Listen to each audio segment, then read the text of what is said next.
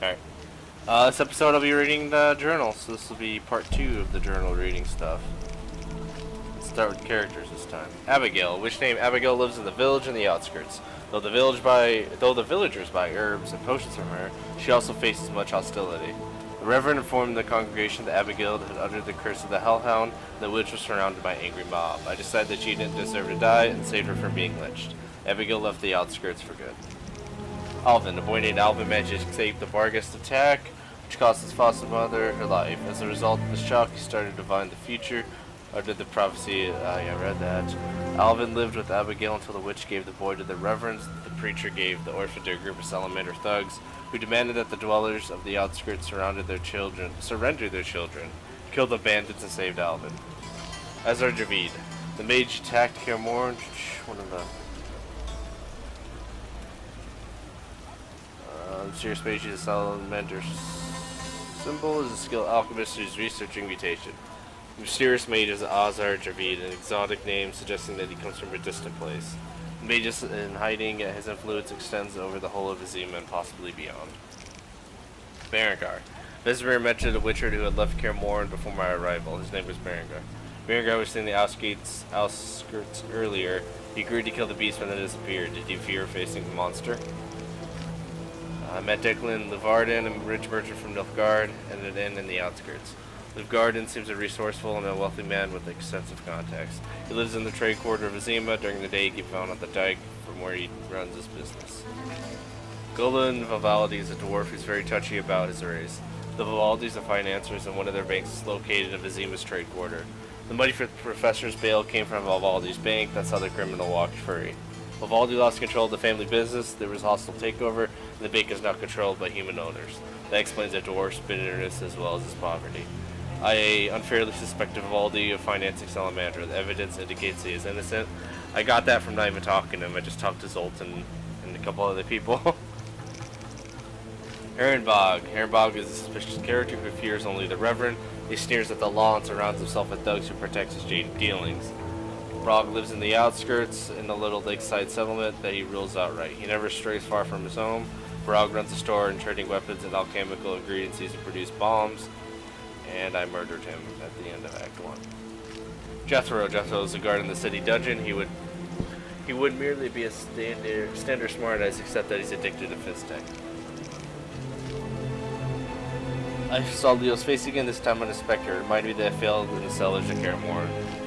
Mikkel. Mikkel is widely respected because he has become a city guard, and that's quite a career for someone from the outskirts. He seems lazy and lecherous. Excuse me. He seems lazy and lecherous. He cares little about the problems of the outskirts and tends to own only to his own interests. By day, Mikkel stands guard at the gate to Vizima. Odo, the wealthiest person in the outskirts, is a grim drunkard who inherited a fortune from his brother. Odo is disdainful and stingy. He lives at the end of the village in a house surrounded by a fence with a high gate, and he's also dead. One of the leaders, the professor was released from the dungeon right in front of my eyes. He mocked the law and proved to me just how powerful Salamander is. The leader of the community in the outskirts is a domineering priest of the eternal fire called the Reverend. His authority reaches well beyond the realm of spiritual. People from the town and the village and the outskirts do exactly what he says. Reverend is a religious fanatic and a hypocrite. He easily finds guilt where it doesn't exist, ignoring real offenses. The Reverend lives in the town just left of the temple. During the day, he either prays or tends to the church. The witch Abigail was probably gone by the time I arrived at the Reverend's. Reckonable indifferences is all I can call it. We argued and had to kill the priest along with a bunch of other town villagers. I went through my characters, it's kind of nice. Soon after I arrived at the outskirts, I met Shawnee. Dragged Shawnee in the business with Salamander, and although the girl was in danger, it all ended well. Shawnee fished what she had to do in the outskirts and returned Vizima to her house in the temple quarter. Siegfried of Denzel, a knight from the Order of the Flaming Rose, is an idealist who adheres to the Order's rules, but is not devoid of common sense. Polite and open, he's unlike many of his brothers from the Order, that he's not prejudiced. He is undeniably courageous and demonstrated this when he descended alone to the sewers to fight the cockatrice. Siegfried and I defeated the cockatrice together. The knight proved both polite and a skillful swordsman. I helped the dwarf from being attacked by a racist. He recognized me as an old friend of his. The dwarf's name is Zoltan Chive. He seems to have witnessed my death years ago in Rivia. Zoltan seems reasonable and pragmatic. He takes the world with a grain of salt and sees irony in most things. Just like other non-humans, he seems vexed by the racist atmosphere in Temeria. Zoltan managed to get to the Temple Quarter. The dwarf was happy to see me again. Locations. Crypt. This is an old crypt in the outskirts that has not been used for a long time. People are afraid to enter it because of the monsters that dwell there. Rumor has it that there is treasure hidden inside the crypt. The truth is that the people of old were buried there with valuable items. Sometimes the graves of the wealthy were separated from the remainder of the crypt by an additional wall for fear of robbery. As in many huge cities of the north, in Vizima, one can enlist the services of a private investigator, an expert in sensitive issues, discreet investigations attracting suspects. Detective Raven Marlowe is available office by day and night. The dungeons where those criminals were unlucky enough to fall in the hands of the city guard are kept.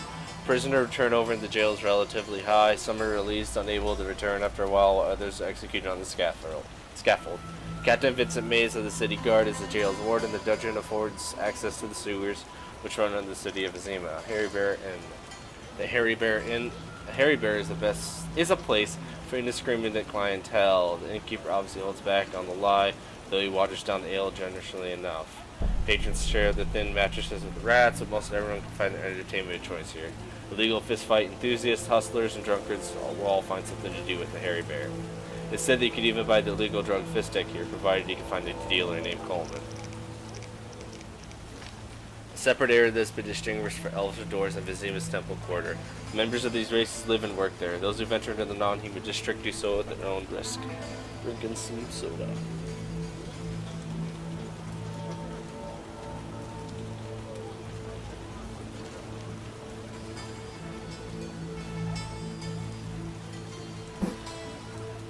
Alright, I got a few more. Sewers. The sewers beneath Vizima were built in the age where an ancient elven city stood on the site. Not much of their original greatness remains, but they still serve the function well. Connecting the temple quarter to the trade quarter, they can carry off sewage from the entire city, rendering the stench of the gutters a little less overbearing. The sewers have recently become infested with monsters, especially drowners. Apparently a cockatrice has also made its lair there. The hospital, named after the prophet Libida, was set up in the former temple of Valette. To this day, a triple-bodied statue of the goddess stands inside. Nurses and novices work there, trying to help those sick by the plague. It is not a pleasant place, filled with the moans of the suffering and the stench of the excretions. Those who do not survive the disease, being the overwhelming majority, are thrown into the pit behind the hospital. Every once in a while, the bodies are burned to prevent the plague from spreading. Recently, Order of the Flaming Roses placed the hospital under its protection. There's really only one haven of law and order in the Temple Quarter of Vizima. It is the cloister, the seat of the Order of the Flaming Rose. Crimson banners embroidered with a rose hang from the entrance. Only authorized personnel can enter. Inquiries should be directed to Siegfried, whose office is in one of the buildings belonging to the Order. The Temple Quarter of Vizima is strangely reminiscent of a quarrelsome, dirty prostitute, who, despite her disagreeable appearance and personality, will remain somehow alluring. This may be because of the uncomplicated, illicit entertainment it offers, always a temptation. Beggars, shady characters, scrawling poor folk, frustrated non-humans, and of course ladies, occupy every corner. Recently, Vizima's Temple Quarter was cut off from the rest of the world by the threat of an epidemic. The few city guard patrols that come here try not to venture too far into the quarter's dark alleys, where brutalities take place each night. The center of Vizima's Temple Quarter stands St. Laboda's Hospital, the only place for solace in this for the poor and plague victims. Alongside the hospital stands the headquarters of the Order of the Flaming Rose, which rises to combat local crime. Monsters. Cockatrices nest in caves and dark cellars. High resistance to poisons, difficult to knock down. They're sensitive to silver and ornithor's oil. Cockatrice tries to surprise its opponent, strike suddenly, and poison him with its venom. Toxin, cockatrice eyes, and feathers are what you can gather from it. Cockatrices are born of eggs laid by roosters consorting with other roosters. The egg must be incubated for 44 days by a toad, which is devoured by the little beast as soon as it hatches. Cockatrice hates everything that lives so fiercely that its glance turns the living to stone. Only a bold adventurer with the mirror can detect its deadly gaze and defeat the cockatrice. Dog. Dogs are domesticated animals. Even wild dogs stay close to human settlements. They have no immunities. They're susceptible to fear and knockdown attempts. Experienced witchers use the group style when fighting multiple dogs. They attack in groups, taking advantage of numerical superiority. They drop beast fangs and beast liver. Whoever claims the dog's the best man's friend is probably never tamed a wyvern. Anonymous Druid.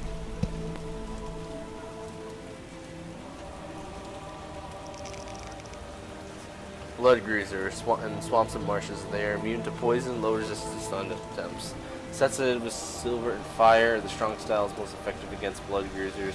Spirits witchers warn against using the group style when fighting multiple bloodzoogers. A dying bloodzooger explodes, spraying acid on its opponent. The skilled witcher is able to kill the monster while evading the explosion.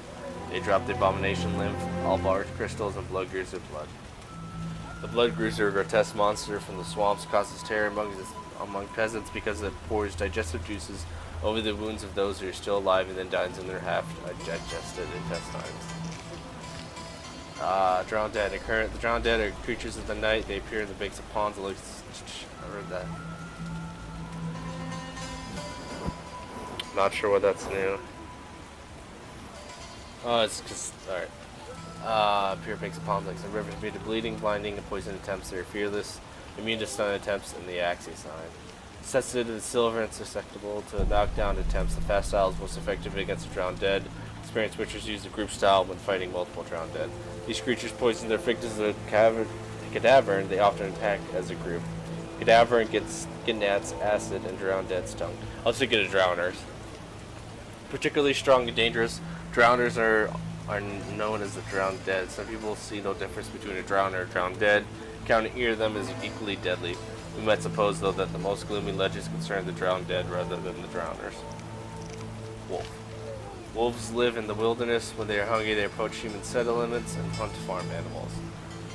Their knockdown effects, the fast style is most effective against wolves. Experience which uses the group style to fight multiple wolves. Wolves attack in groups using the numerical superiority to their advantage. They drop beast fangs and beast liver. There's so much snow that winter that we had to dig tunnels just to get the preview and had icicles in our pants by the time we got back. Wolves came out of the forest, ate the cattle, and surrounded the house. They were howling madly, surrounded by the pack of wolves who felt like three little pigs. Yeah, reminds me of that Liam Neeson movie. Blindweed. The potion increases resistance to acid and acid-based poisons. Blindweed is made by mixing ingredients, providing one measure of either Q-Birth and vermilion. Strong alcohol must be used as a base. Drinking some more.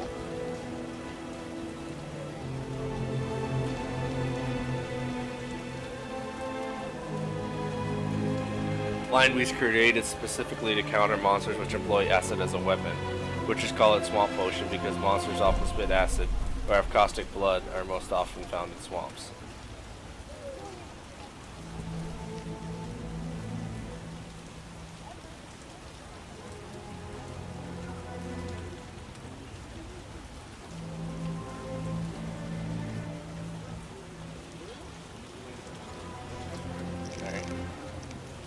Spectre oil. Blade coated with the substance causes increased damage to specters.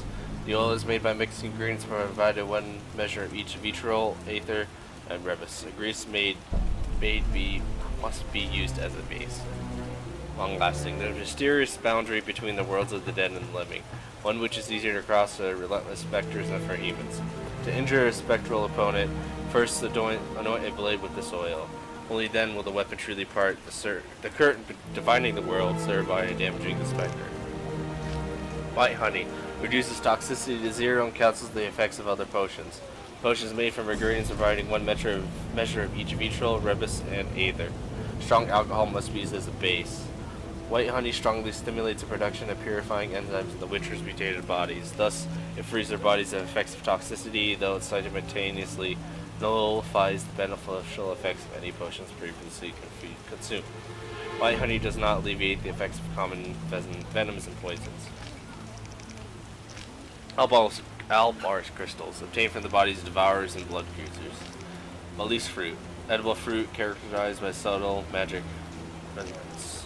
Beast liver, obtained from the bodies of dogs, wolves, mutants, and skullheads. Rubbercane fruit, tart and juicy, often by witchers. Blood bruiser blood, obtained from blood bruisers' carcasses. Cockatrice feather, obtained from cockatrice carcasses. Cockatrice eye, obtained from cockatrice carcasses. Crow's eye, the root of cypress-like bush. Drowned dead tongue, obtained from the carcass of a drowned dead. Green mold, grows on walls and damp and dark places. Hellebore petals, flower petals of common field plant. Siwants, large gray mushrooms growing in caves. Toxin, obtained from the carcasses of kikimoras, wyverns, giant centipedes, basilisks, and cockatrices. White myrtle petals. Petals of common field plant with big white flowers. Let's blast through the tutorials because I don't need those. Wait, that's the only one I do need. Yeah, that's what I thought. Okay. I'll look at the later. Construction of the spheres. I read that book. Okay. Worshippers of the eternal fire believe in the undying flame as a symbol of survival and guide through darkness. It views the harbinger of progress, better days to come. Clerics of the eternal fire oversee the faithful, as well as their temples where flames burn continuously. The Order of the Flaming Rose is the cult's main militant arm. Dwarves are shorter than humans, but tougher and more muscular. Dwarves are one of the elder races. They were once a dominant race along with the elves, but now their sole enclave is Mahakam. I think I read that. Yeah. I don't think I read the elves one though, Jesus. Elves are a beautiful and long-lived race. They have pointed ears, sharp features, possess no canine teeth. Elves are arrogant and proud, and over many centuries they have developed a high and sophisticated culture. Few remain today, however, and these are in constant conflict with human civilization. This is why so many young elves eager to fight for their rights join Scoia'tael commando units. After gnomes, elves are the eldest race on the continent. They created a magnificent civilization, and the greatest human cities, like Vizima and Oxenford, were built upon elven ruins. Elves also have a special affinity for magic, although their magic is different of that of humans. Elves are long-lived yet reproductive period of their lives ends quite early, and moreover they reproduce much more slowly than humans. This is why they were defeated, the reason why they lost their preeminence in the world. Today only two enclaves of the race remain: the Blue Mountains where the elves suffer precipitation and dying out, and Dol Balthana, the Valley of the Flowers, which is ruled by the sorceress Einid of Glenana. The Valley of Flowers is a dependency of Nilfgaard. Huh. Wonder if we'll see at the Valley of Flowers in Witcher 3. Fistek is an illegal narcotic that is used widely in Temeria. It takes the form of the white powder and is highly addictive. It can be manufactured only by professionals with the use of complicated alchemical equipment.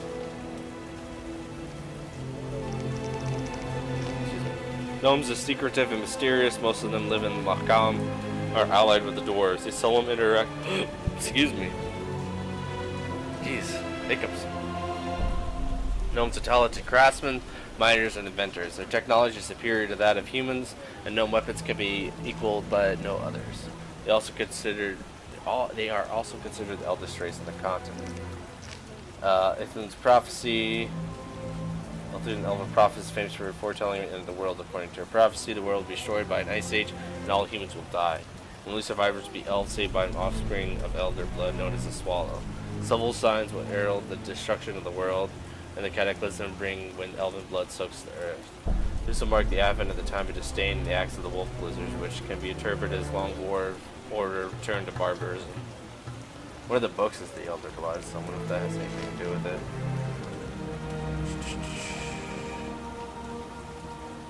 Simple folk fail to differentiate between witches, sorcerers, and witchers. Anyone who wields magic is regarded as suspicious and godless, but the better educated and those who dwell in large cities know how to treat mages with due respect. Magic. Magic is the art of blending the power of chaos to one's will.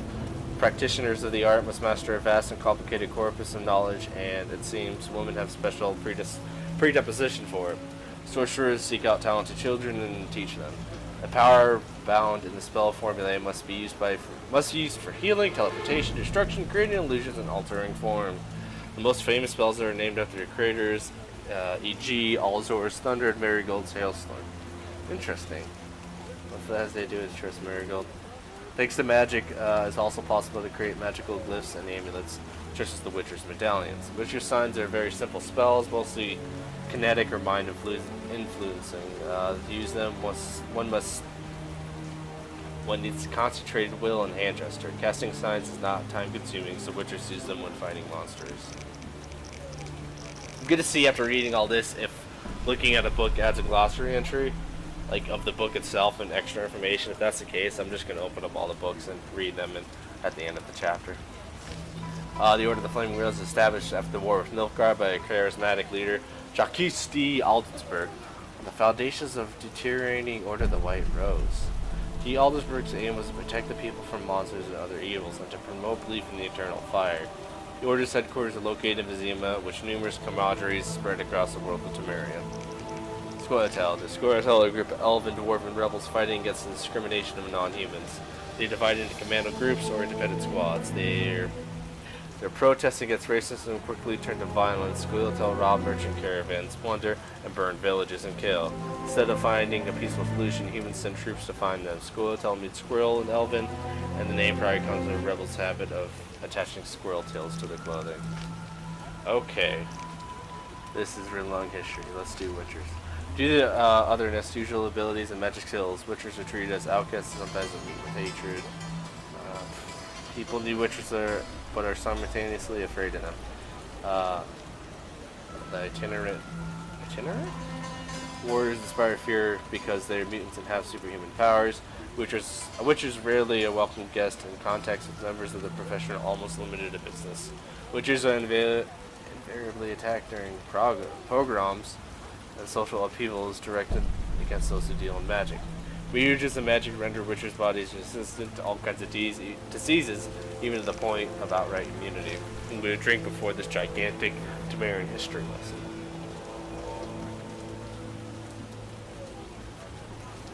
The first Nilfgaardian invasion began 10 years ago. After crossing the Ugura River, the Black Ones attacked Sinitra. The capital was taken by surprise, and citizens were slaughtered. The queen committed suicide. Brugge, Sodern, and Temerian stood against Nilfgaard. It seemed the Nilfgaardian offensive was unstoppable, but the three states managed to halt it at the Battle of Sodden. Of the 22 mages fought for the northern kingdoms, 14 of whom died, yet in the end it was the mages that negotiated a truce. After all these peaceful years, during the meeting of the Brotherhood of Sorcerers, there occurred a schism in the organizations and members fought each other. As a result, many died and the Brotherhood disbanded. At the same time, the Imperial forces attacked the northern kingdoms. Kings were divided, arguing and couldn't face Nilfgaard on their own. King Foltest sent a truce with the Black Ones, yet provided short-lived. The Imperial army pushed forward and was not defeated until the Battle of Brenna. The victory proved pivotal, reminding the feuding rulers that Nilfgaard is not invincible. Kings in the north were united to face the Black Ones together. Finally, a peace treaty was signed, changing the balance of power in the world forever. It's interesting, the Battle of Brenna. They keep calling Geralt the Butcher of Brenna. Probably we'll find out that out in the books. Before Lara Dorn died in solitude, she gave birth to a daughter who was adopted by the Queen of Redania and was named Rayona. At the age of 17, Rayona married Gindamar, the king of Temeria. 3 years after the wedding, the famous Falca rebellion began, during which the pregnant Rayona was accidentally captured. Present, she gave birth to twins and subsequently descended into madness. At the same time, the fierce Falca gave birth to a daughter who she abandoned to wage war. Leaving the child for the mad prisoner to nurse. Soon thereafter, the rebellion was suppressed, Falca was captured and burned at the stake, and King Gindamar regained his wife with 3 children. God damn, that was long. Alright, let's read this. Let's see, it's the cults, religions, and the Nordlings. Interesting. Elves don't discuss their faith in the presence of humans because they think the barbarians would be unable to grasp its philosophical and mystical subtleties. Most humans, on the other hand, don't care about elven beliefs. There's a fact that some elves who believe in Dana Bebe, the mother goddess, who seem the embodiment of the goddess Nilfgaard. Cult of the Lionhead. Comic Tur of the Lionhead Spider is a cruel deity who expects bloody sacrifices for his worshippers. Wow, worshippers. The Cult of the Lionhead Spider is banned, and their but a few places in the world where adherents can openly declare the faith. Temeria strives to eradicate belief in the lionhead spider, and the cultists are tried as murderers. So that does add multiple glossary entries, so I'm not going to read from the book itself anymore. Let's just read this. About these books. And any of the books I collect from now on, if you read at the end of chapter 2, in the middle of chapter 3. Okay, what did this add?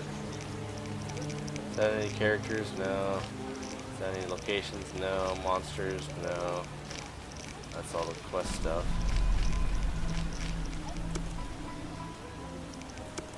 These are all the quest from chapter 1. One left. Ingredients, nothing there. Glossary, I'm pretty sure didn't add anything to the glossary. What the hell? So it does. What the fuck? Whatever. I am reading this thing. Arcadia, home of the venomous basilisk, has given birth to other equally hideous creatures. Among them are spotted spiders so huge that they trap elephants in the webs, and no less terrifying tsetse flies. The flies are especially repulsive, laying their eggs in the human body. The resulting larvae maturing within the host's head.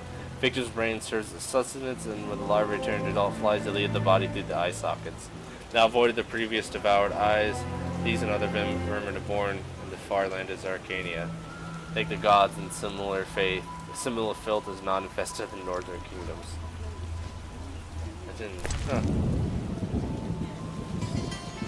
Follow the example of the sorcerer from the tower. You first need to classify substances, dividing them into superior and inferior varieties. Only the former can be described by the theory of independence presented here. Inferior substances do not produce a chain of quasi-life structures, for the nature and is substandard in quality, and they cannot exist independently. However, it is proven that they are paradoxically essential for the chain to exist in spite of their inferiority. Hypothesis of interdependence assumes that the chain of quasi-life must contain one substance of each superior element. Nonetheless, the chain structure proposed by Rafford the White has too few places for them, namely only 5. If the chain were transported and then transmuted, the problem would be easily solved. Alas, the first operation cannot be performed without damaging the chain's integrity. The only solution is to use a so-called reverse transmutation, which will eventually cause a chain to rotate. As a result of rotation, all 6 superior substances will constantly leave and join the chain without destroying it. From the holistic point of view, there will always be 6 superior substances occupying 5 places. The ingenuity of the solution lies in the chain having all the qualities of 3 inferior substances. Thus, the paradox of interdependence, to some say coexistence, is no longer a problem. Fortunately, since none of these modern works describe how to perform reverse transmutation, the problem of animating and inanimate remains unresolved. Okay, did that. It's not Laura's gift, but even pleas and invocations didn't soften the stone hearts of the dawn, the cruel and merciless humans. And when Laura grabbed the carriage door, begging for mercy not for herself but for her child, the queen ordered a thug to swing his sword, cutting her fingers off. The winter cold set in that night, and on a hill amongst the woods, Laura drew her last breath while giving birth to her daughter, whom she protected with what warmth that was left of her body. And even through the night, winter and blizzard were all around. Springtime suddenly came to the hill, and the fill-and-weed flowers bloomed. This day, those flowers are found only in 2 places: the Valley of Dol Bathana, and on the hill where Lord Neon al-Sablik died.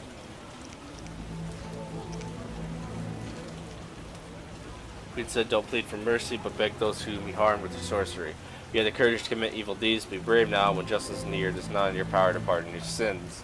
The witch sneered like a cat in response. Her wicked eyes glimmered. "My doom is near," she shouted, "but yours is not far either, my queen. And the hour of your terrible death, you will remember Lara Diorn and her curse. You will know that the curse will touch your descendants over the next 10 generations." Yet realizing the queen was fearless at heart, and the evil elven witch stopped swearing and threatened with curses, and began whining like a bitch, begging for mercy and help. Okay. Among the numerous fates in Nordleagues, the most widespread is the cult of Lettite. Goddess in 3 forms: a young girl, mature woman, and old hag.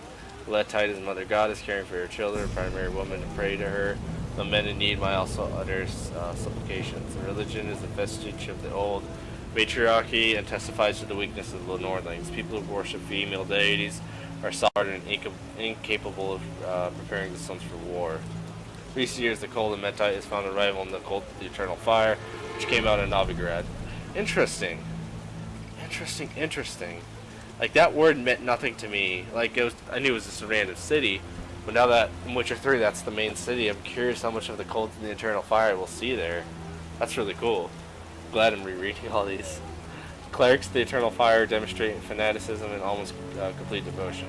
Religion is hostile toward any form of otherness, including non-humans. The Order of the Flaming Rose is the cult militant arm.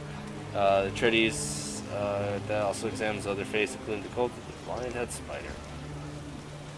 Okay. Are these anything I can read? I don't think those are anything I read. Those are some random keys. Alright. I'll do it for story time part 2.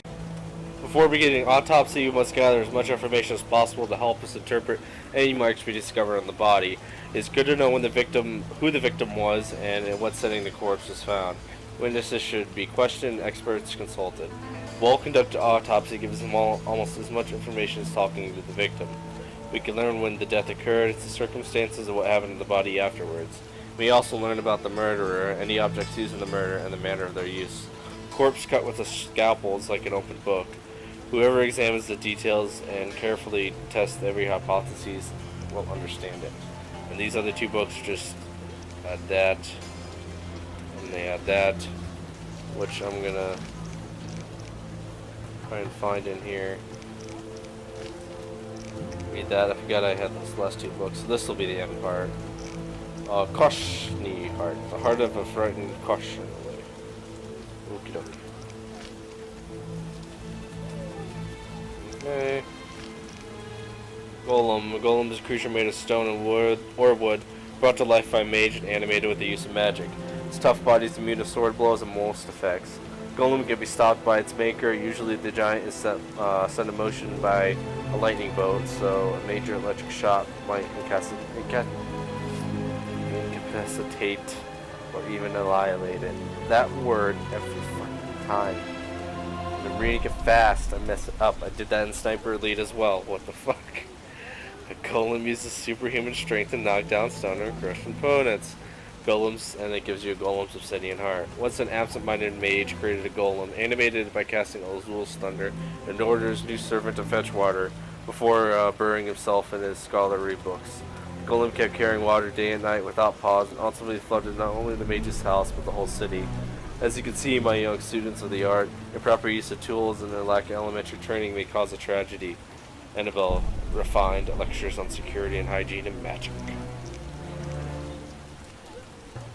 Kosh, okay. Mythical creature born of magic, only a mighty mage who knows Azul's work can summon a Kosh. Okay. There's just the most effects, susceptible to silvers. This killing machine has no need for tactics. It gives you its heart. What, in your opinion, is the best way to describe a Kosh, Nikkei? Death. I'd call it death.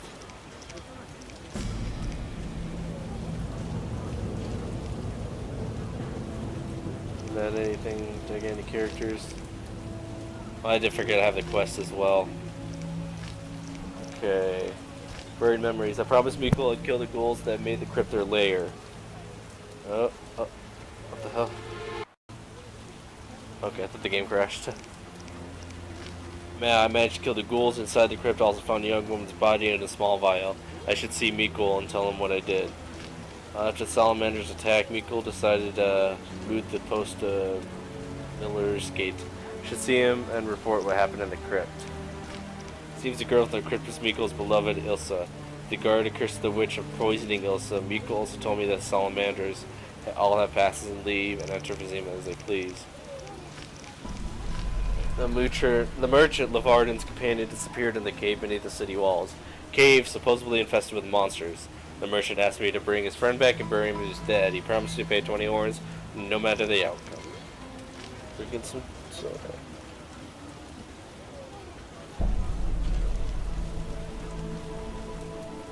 I found human remains in one of the Echo Pace. The Echo Pass. Interesting. He must have been Lavardin's companion. Now I need to bury him. I should talk to Lavardin again. Is the game crashing again?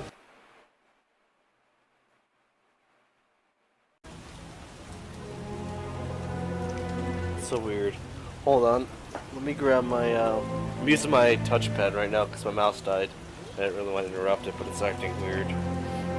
So, let us plug this in the middle of recording. Woo!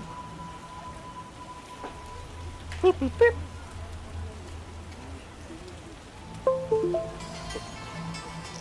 Okay, I found human remains. I read that. The burial. La Valette suggests I bury the body in the Reverend's chapel. I guess I should ask the Reverend for permission.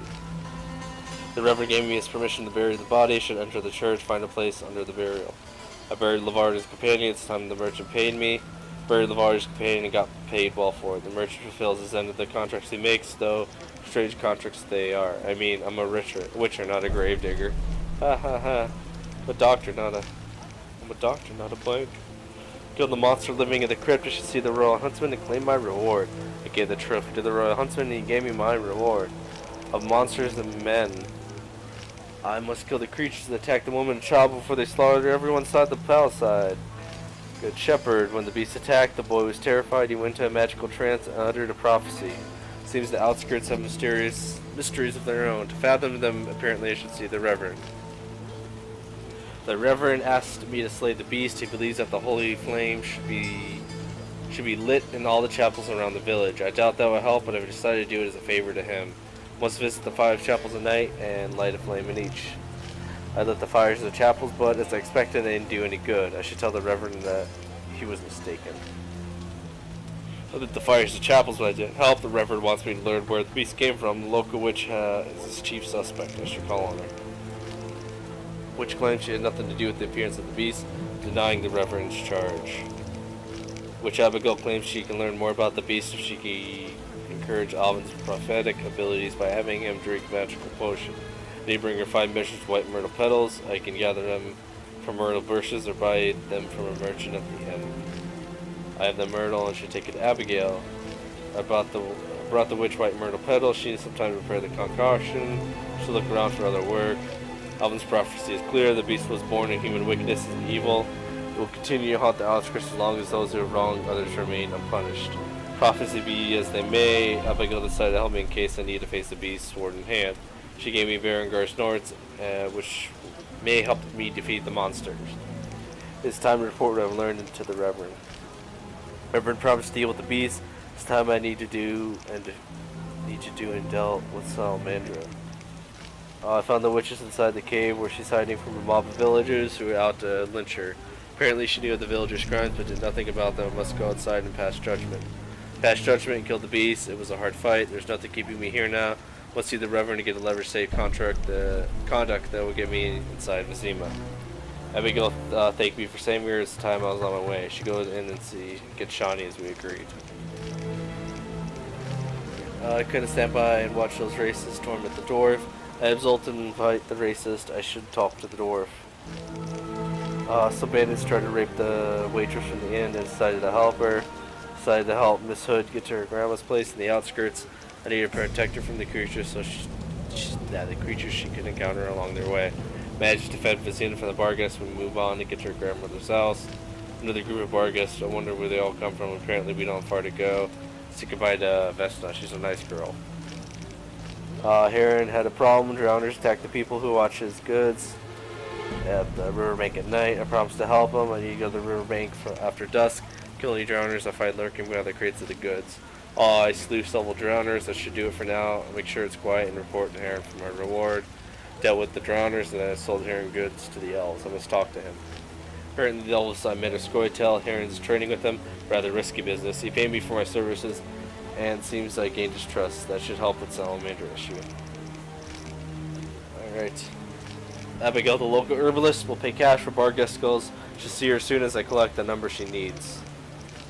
I have enough bar guest skulls to collect my reward. I should see Abigail. Abigail paid me for the bar guest skulls. Job done. The Church of the Eternal Fire has offered a reward for killing drownings and bringing the monsters. Must be presented as proof of their demise. I collect enough drowner brains. It's time to find a priest of the Eternal Fire. And I deliver the drowner brains. Job done. Kalkstein, the alchemist, will pay for blood of 3 ghouls. I have enough ghoul blood. It's time to see Kalkstein and collect my reward. Kalkstein sees the blood and is interesting. In any case, job done. Kill the monster as it was feeding at the lakeside. I should extract food from the corpse and see a lawman about the reward. I should talk to the royal huntsman. Collect my reward for killing the drowned dead. I can probably negotiate a higher reward if I kill more monsters and bring back trophies. The Reverend doesn't trust me because of another witcher who was here earlier. I must tend to the beast and talk to the village most prominent inhabitants, Odo, Heron, and Mikul. Maybe I can learn something from them. I gain Heron's trust, now for Odo and Mikul. So Odo and Heron trust me, not for Mikul. I gain the trust of the village's most prominent residents. I should tell the Reverend. I've gained the trust of the most prominent villagers. The Reverend won't bow so easily. To convince him, I must finish off the beast. The Reverend revealed the locations of the Salamander hideout. He also claims I'll find the key to their lair at the end. Need the key to the Salamander hideout. It should be somewhere at the end. I have the key to the Salamander hideout. Should go there now and find the bandits' leader. He may know something about stolen secrets. Shawnee promised to wait for me at the end. The man I followed to the village is dead, though he's the leader of the bandits in the outskirts. He was only a pawn. Salamander's real killers and Vizimas for now, and I must get out of this cave. Kill the Reverend. He deserved to die. I should search his body for the lighter to get me into Vizima. I have the permit that will get me into Vizima. Into the city. I should fight Shawnee at the end as we agreed. Shawnee and I are going to Vizima. I must reach the gate Mikul is guarding. Thanks to the Reverend's lever safe conduct, Mikul let me enter Vizima. Secret Garden. Oda asked me to eradicate the predatory plants that sprout in his garden. He claims they only surface at night. I killed all these strange plants. I wonder where they came from. I should see Odo about my reward. Odo's a miser and cheat. Luckily, he's also a coward. Ultimately, he paid me for destroying the predatory plants, though it took a little convincing. Alright. Let's see all. Okay. Thank you for watching. This is the final end of the part 2. So I forgot about the quest in those couple books.